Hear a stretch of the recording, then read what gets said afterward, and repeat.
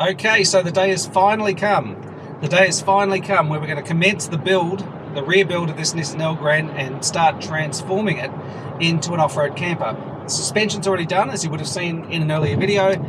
There's stuff up on the roof, but the most important thing really, aside from the suspension, I think that's key, but the most important part of it, of course, is building out the interior. So we've got somewhere to cook, somewhere to sit, somewhere to eat, and somewhere to sleep. So I've packed everything in the back of the van here that we're going to need to shove into this rear build, like the fridge, the Bushman fridge. I can't remember what size it is, but it's a big bastard. The combined sink and gas cooker, the power pack for running the fridge and charging other peripherals, all that kind of stuff. Gas bottle, what else? Fresh and grey water bottles, all that sort of stuff. So we're going to lay everything out and make sure everything fits perfectly. But this is going to be a fun project, and one that we've had to put off, unfortunately, for about a bloody year. Is it a year? I haven't had this thing a year, surely. 6 months, anyway. We've had to put it off because of this, all the bloody lockdowns. Now, when I was in my 20s and 30s, I got excited about all sorts of things because so many things that I did back then were for the first time. But when you get to 53, you've kind of done a lot of stuff, and nothing is... Oh, crap, I just missed the turn off. And nothing is really... Well, very few things are things that you're doing for the first time. But this is an exception for me because I have always been trying to set up the perfect camping vehicle, and it's been bloody hard, you know, a couple of rooftop tents, a big Oz tent. I almost bought a camper trailer, kind of glad I didn't, and you know, really wanted an off-road van, but assumed that it was going to cost drug money. Thanks though to my brother-in-law Bobi, who's going to do most of the build on this thing, he said, get a Nissan Elgrand. I mean, they're cheap, they're well made, they're reliable, and I think they've got an all-wheel drive version, just modified, you know? And boy, he was right. This one only cost me 14 grand on the road, with 70,000 Ks on it, which is nothing for a Japanese import, and I've got a really good light off-road capable all-wheel drive with a center locking diff van to go camping in. And now, once Bobby and I finish doing this build, like I say, Bobby's going to do most of it because he's the expert, not me. You know, what's it going to cost? Another grand, a couple of grand, and I've got a fully fitted out off-road capable, low kilometre, reliable Japanese 3.5 litre V6 camper van to go camping with my son. I mean, that's exciting. I'm really excited about it because I had the best period of my life in my teens camping with my dad. It was just the best, and I always look back on that period fondly. And I know my son is looking forward to doing the same thing, and I can't wait to share those experiences with him and do the same things for him that my dad did for me. It's going to be great. Anyway, we're rocking up to the factory now, and someone's doing burnouts. Of course, that's what people do in factory estates. Alrighty. When you've got limited space like this, you have to think very carefully about where you're going to place things, and preferably make sure you have no dead spaces.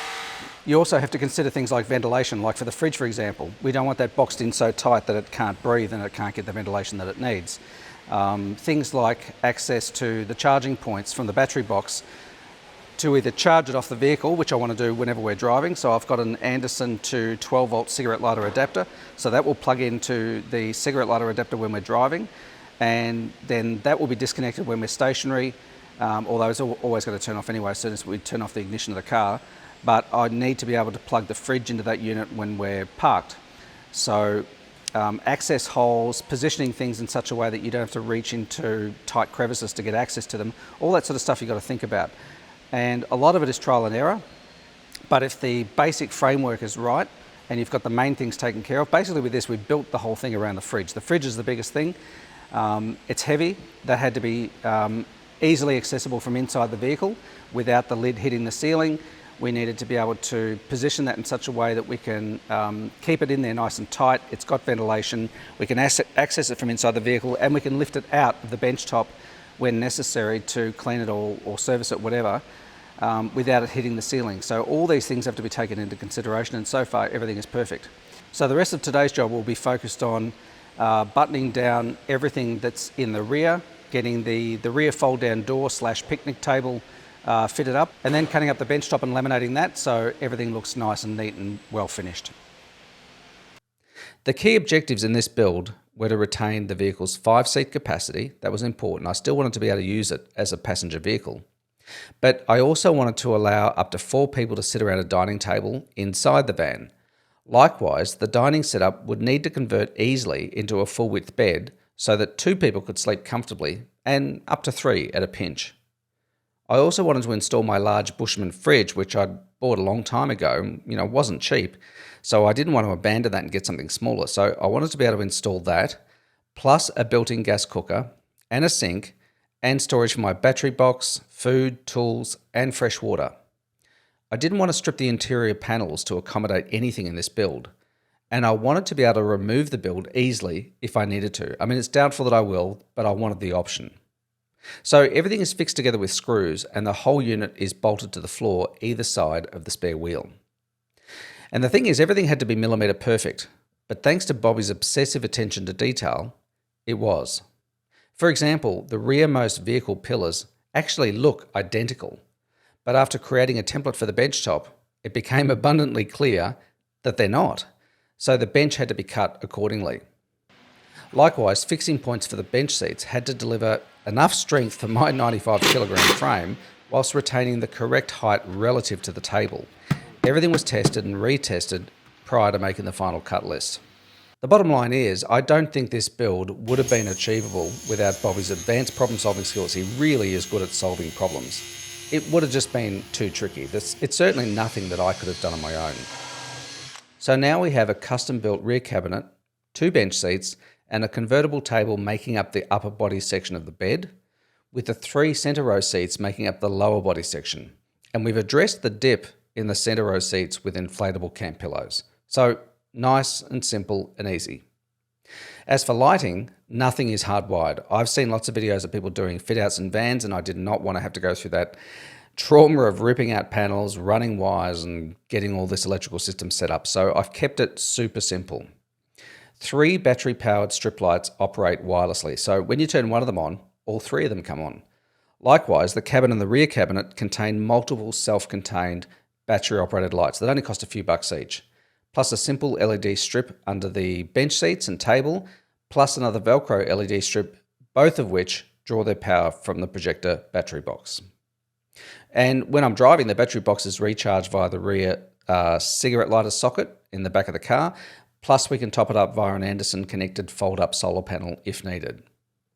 So what's it like? Well, so far I've only been able to test the seating and sleeping configurations at home, but first impressions are promising.